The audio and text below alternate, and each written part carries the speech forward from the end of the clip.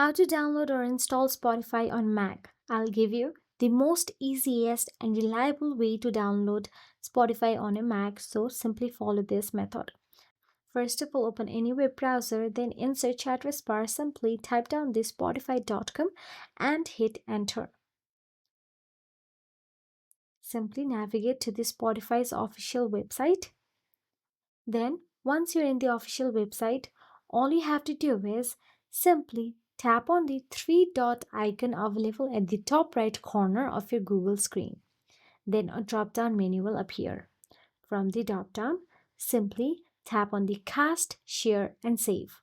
Now that you can simply see Install Spotify option available there. Simply double tap on it and it will easily be installed on your device and will be saved in the Chrome app on your MacBook.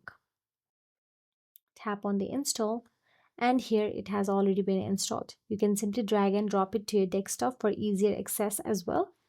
So let me just do that. Now double tap on the Spotify app and open it to your MacBook.